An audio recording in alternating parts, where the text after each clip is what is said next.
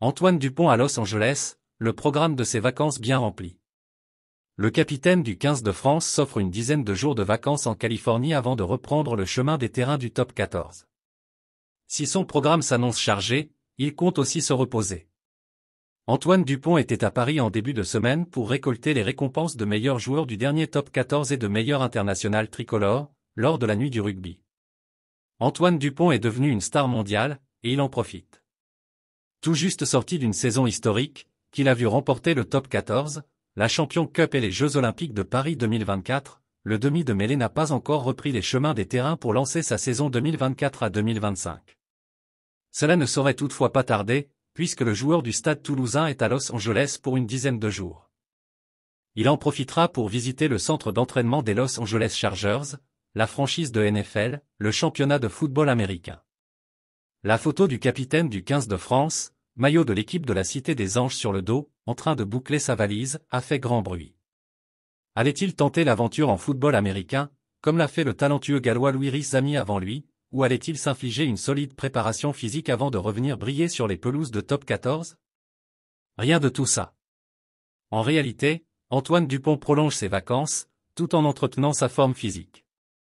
Le programme s'annonce malgré tout chargé. À peine arrivé sur la côte ouest des États-Unis ce mercredi, le Toulousain a rencontré une autre grande star des JO de Paris, la légende du basket LeBron James. Une entrevue organisée au Los Angeles Memorial Coliseum par NBC, qui appartient au groupe LVMH, également propriétaire du Parisien, aujourd'hui en France, pour promouvoir leur édition limitée, by LeBron James. Il assistera à un entraînement de football américain.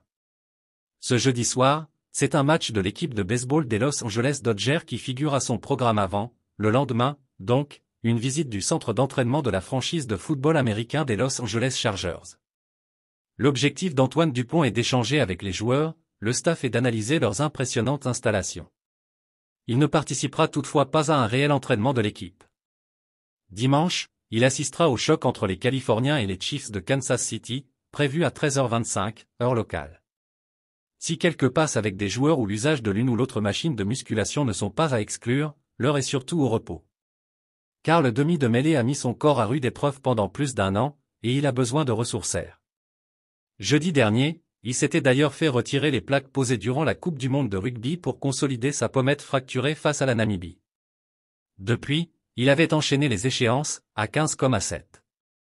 Ses vacances étaient donc bien nécessaires. Retour au Stade Toulousain le 7 octobre. Le natif d'Auch en profite donc à fond, avec 2 amis et son agent d'image. Le musée d'art contemporain de Los Angeles devrait aussi recevoir sa visite, tout comme le Rugby Football Club Los Angeles, la franchise américaine de rugby créée en 2023.